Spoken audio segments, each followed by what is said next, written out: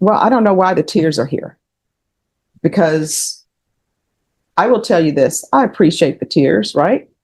It's not even a But let me just tell you, just like the song says, tears do not make flowers grow. And the court is calling 2025 CR 002957W State versus Maniquita de Jesus Barrera. Could I have parties announced? Megan Gallagher, State. And for the defense, Good morning, Judge. Alfonso Cabañas for Ms. Barrera. and are you Ms. Barrera? Yes, ma'am. All right, Ms. Barrera, you have an attorney, a previous attorney appointed to you. Yes, ma'am. That attorney is in jury trial, Yes, and ma'am. he's been in jury trial and misdemeanor court for 3 days. He informed the court that if you wanted the new counsel assigned, he is fine with counsel being assigned. So do you have any objections to Mr. Cabanas being assigned as your new attorney? That's fine. All right, and Mr. Cabanas, you were assigned today. Do you request any time to prepare? No, Judge, we were 10 days to prepare. Thank you. All right, Ms. Barrera, did you review the motion to revoke community supervision with your attorney? Did you understand it? Yes, ma'am. Are you the same Maniquita Barrera who's placed on community supervision in 2025 CR 002957W for the offense of fraudulent use or possession of identifying information, items under 5 on March 13, 2025 for a term of 2 years? Is that you? Yes, ma'am. All right, state. Violation of solution number 8 on or about 28th day of July 2025, Bear County taxes, the defendant, Ida Herrera, failed to report a change of address to supervision officer in violation of condition number 8. How do you plead to that? True or not true? True. Any objections? No objections, Your Honor. Did you understand by pleading true to violation of condition number 8, the court can find it true, grant the motion, and sentence you up to 2 years in the state jail facility? Yes. Knowing that, do you still wish to plead true to violation of condition number 8? Court will find violation of condition number 8 true. Is there a proposed agreement? No, Judge. State is requesting that you grant this motion and revoke the defendant's supervision exclusively based on things that are contained within the course summary. All right. And defense, what are you requesting? Judge, we're asking that the court follow the recommendation by probation to send Ms. Barrera to felony drug court. All right. So probation, Yes, Judge. is that what probation is recommending? So the recommendation on the court summary is to amend for a TAP recommendation that she go to SATIF. She remains in Bear County until she gives birth, then participate in SATIF once she's medically cleared. I did look over previous information from the last MTR. This is her second MTR. She's been on probation not even a year, Judge. The last MTR, she was supposed to go to a NOS program. She wasn't accepted into NOS. She was supposed to have a felony drug court evaluation, and then return back to court. That did not happen. She was not accepted into the NOS program because my notes indicate the NOS program didn't accept her insurance. Okay. So any objections to the court reviewing the court summary? No, Your Honor.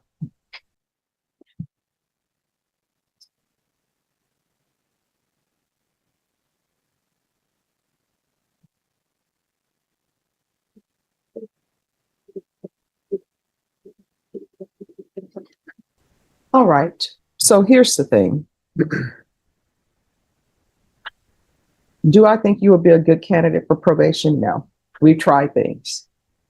But am I willing? Maybe things will change. Maybe there can be some help for you. I know that from reading this, well, I don't know why the tears are here, because I will tell you this. I appreciate the tears, right?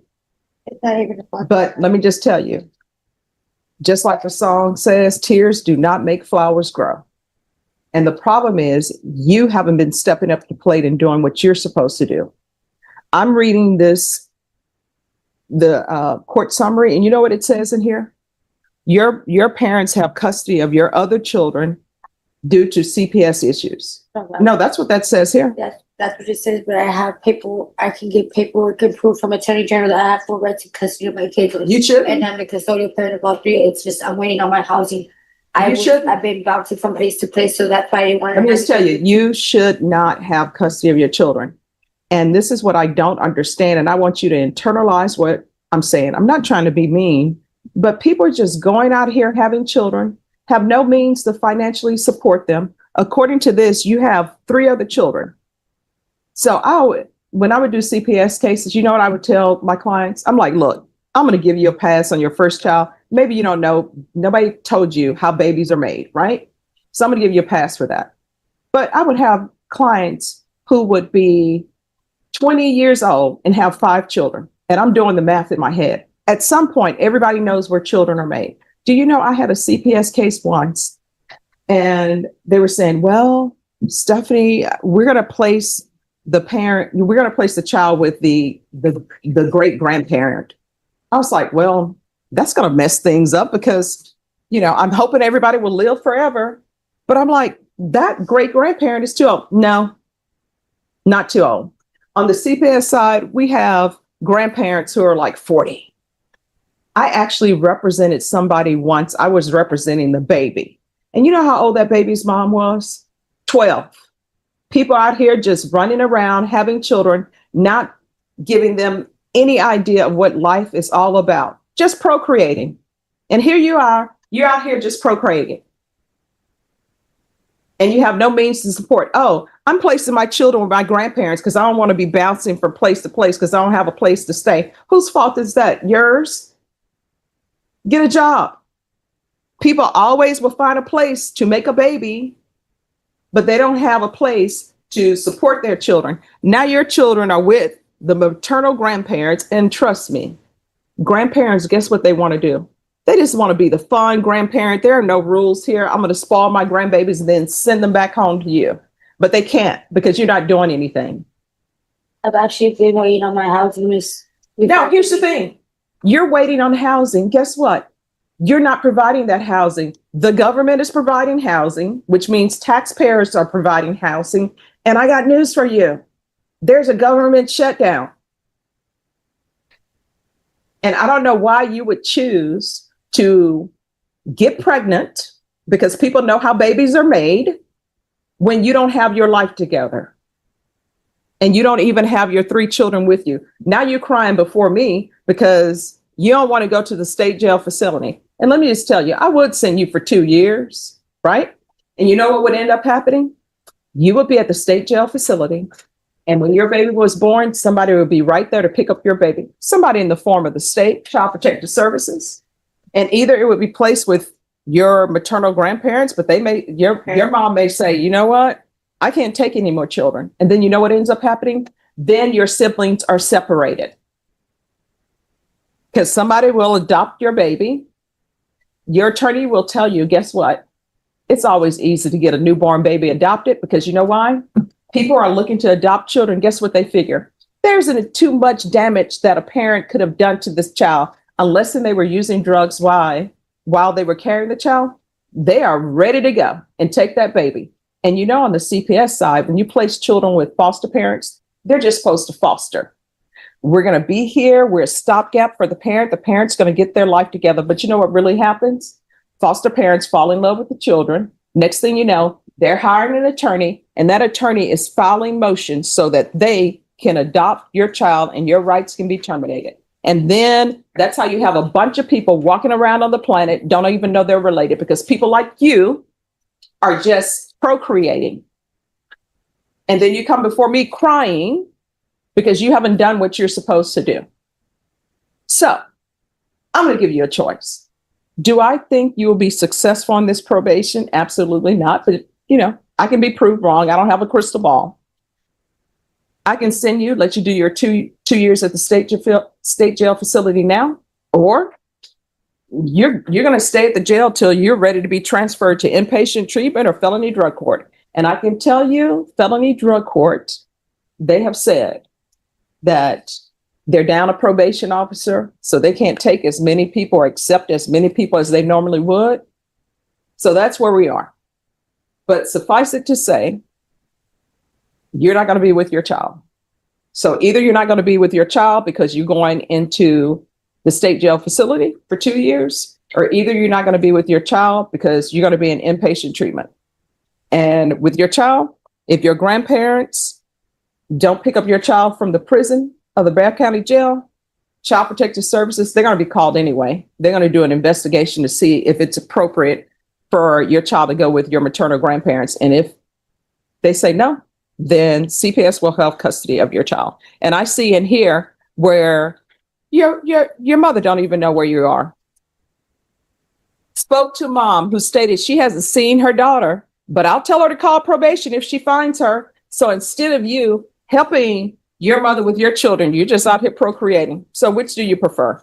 2 years in the state jail facility, or either you're going to remain in the state jail facility, remain here at the Bath County Jail till you're transferred to somebody's inpatient treatment or felony drug court. Which do you prefer? I would like to try to get rehab or drug court now. All right, the court is going to deny the motion, alternate amend conditions. She's to remain in custody for a transfer to felony drug court. We're going to do an updated TAP. And regardless of what the TAP says, it's going to be inpatient treatment. And once she's released, there's going to be field visits until further notice. Is there anything else? Not from defense counsel, Judge. All right, we can go off the record. So do not come to me. If you're back here again for this, don't come because you're wasting your tears, not helping flowers grow. You understand? All right. If you graduate from felony drug court, I'll come to your graduation. Can I say something? Sure. The only thing is I waited 9 weeks before I was notified that the rehab nurse had rejected me. I do have Medicaid. I'm not understanding why they rejected my Medicaid. And I wasn't told, they never called me out. I already got my court date 2 weeks ago to reappear in front of you. If I would have, I kept asking and asking what the situation was with my case. And they wouldn't tell me. Let me ask you this. All of your trying, you were successful in finding time to find some guy and have a baby, become pregnant. You're able to do that, but you were not able to be present for your field visits. You're not available to report to probation because they couldn't find you. You're able to do all of that. I was reporting on this came on my UA. I wouldn't show up for my report dates. No, they tried to find you. They could not. That's where I just found So I was kicked out from where I was staying, and my belongings had got stolen. My cell phone had got stolen. That's why I wasn't able to receive the phone call. but here's the thing. You are able to contact someone so you could have a baby and become pregnant. I was already pregnant by the time I got into probation. All right, good luck.